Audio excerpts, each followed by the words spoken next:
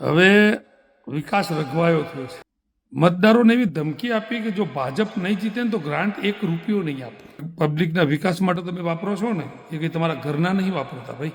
તમે અત્યારથી આટલા બધા ડિપ્રેશનમાં કેમ આવી ગયા છો ભાઈ? આ તમારા કામ કરવાની રીત અમને સમજાય છે.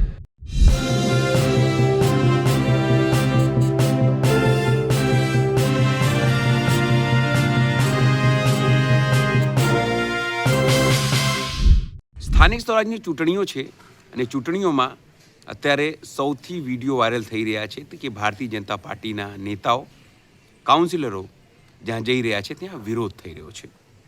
વિરોધ કયા વાતને લઈને કે તેઓ કામો નથી કર્યા, 5 વર્ષમાં પ્રથમ વખત દેખાઈ રહ્યા છે, મુશ્કેલના સમયમાં આવતા નથી, પાણી ભરાય છે ત્યારે ફોન ઉપાડતા નથી, ગ્રાન્ટો આપતા નથી, સહયોગ કરતા નથી. એક વાત તો આ એટલા માટે એના વિરોધના વિડીયો સૌથી વધારે વાયરલ થઈ રહ્યા છે. બીજી મહત્વપૂર્ણ બાબત કે ભાજપના નેતાઓ લોકોને ધમકાવી રહ્યા છે કે જ્યાંથી મત નહીં મળે ત્યાં તેઓ ગ્રાન્ટો નહીં આપે. જાહેર મંચ ઉપરથી કહી રહ્યા છે કે જ્યાં તેઓ હારશે એ વિસ્તારમાં ગ્રાન્ટ નહીં આપે, વિકાસના કામો નહીં કરે.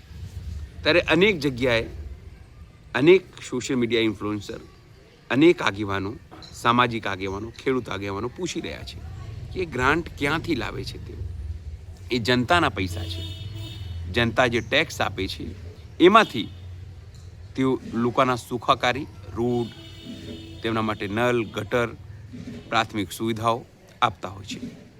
ત્યારે સવાલ એ થાય છે તો પછી આ જે નેતાઓ બોલે છે એમને આ હિંમત ક્યાંથી મળે છે? સ્વાભાવિક છે કે એ હિંમત એમની જનતા આપે છે, એમનો આંધળો વિશ્વાસ આપે છે. નમસ્કાર, હું છું ચિંતામણી પુતેલ પટેલ. સ્વાગત છે આપનો અમારા કાર્યક્રમમાં. એવા જ એક સામાજિક આગેવાન છે દિલીપ પટેલ. દિલીપ પટેલ પણ આ બાબતને ખૂબ જ ગંભીર માને છે. તેઓ સ્પષ્ટપણે સોશિયલ મીડિયા પર પોતાની વાત તેમણે મૂકી છે. તેમણે કહ્યું છે કે આ ગ્રાન્ટ તેઓ ક્યાંથી લાવે છે, કોણ આપે છે? આ જનતાના પૈસા છે.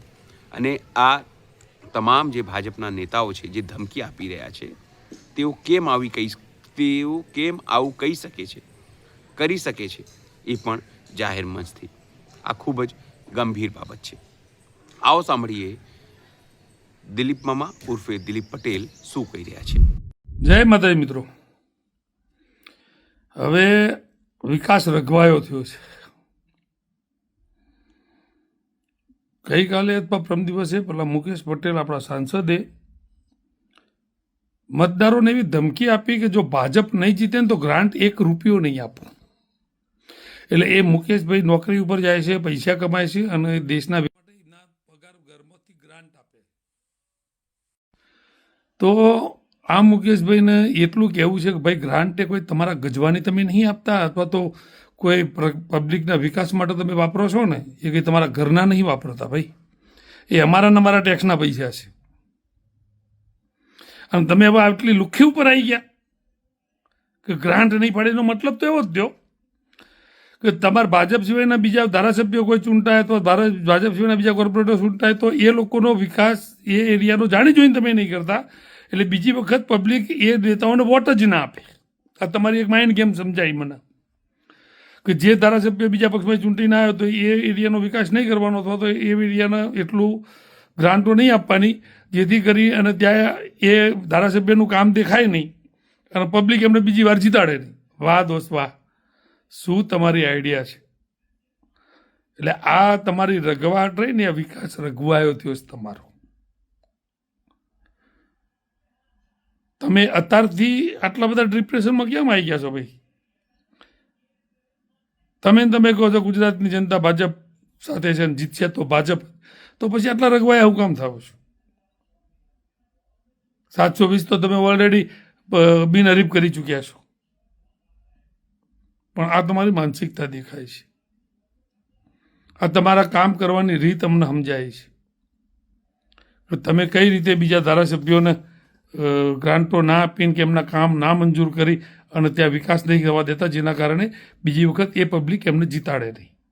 બહુ સારો આઈડિયા છે. પબ્લિક એવા થોડુંક આમાં સમજવાની જરૂર છે. જય માતાજી, જય ભવાની. દિલીપ પટેલ જે રીતે પોતાની વાત મૂકી રહ્યા છે તેવી જ રીતે અનેક જે આગેવાનો છે તેઓ આ વાત મૂકી છે કે ભાજપની જે માનસિકતા છે તે કેટલી ગંભીર છે, તે કેટલી ખતરનાક છે, તે કેટલી લોકશાહીને નુકસાન પહોંચાડનારી છે. કારણ કે જ્યારે કોઈ પણ આગેવાન જીતે તો એને કોઈ મત આપે કે ન આપે પણ તમામ એરિયાનો એ પ્રતિનિધિ હોય છે. છતાં જો આવી ધમકી તમને યોગ્ય લાગતી હોય, ગુજરાતની જનતાને યોગ્ય લાગતી હોય તો એ આપને મુબારક. પણ આ મુદ્દે આપ શું વિચારો છો?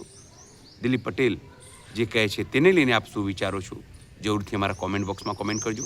એ સિવાય અમારી યુટ્યુબ ચેનલ લાઈક કરો, સબસ્ક્રાઈબ કરો, બેલ આઇકન દબાવો. સાથે અમારી વેબસાઇટ છે www.gujaratplus.in, ત્યાં પણ જઈને તમે વધુ અપડેટ થઈ શકો છો. અત્યારે માટે બસ આટલું જ. નમસ્કાર.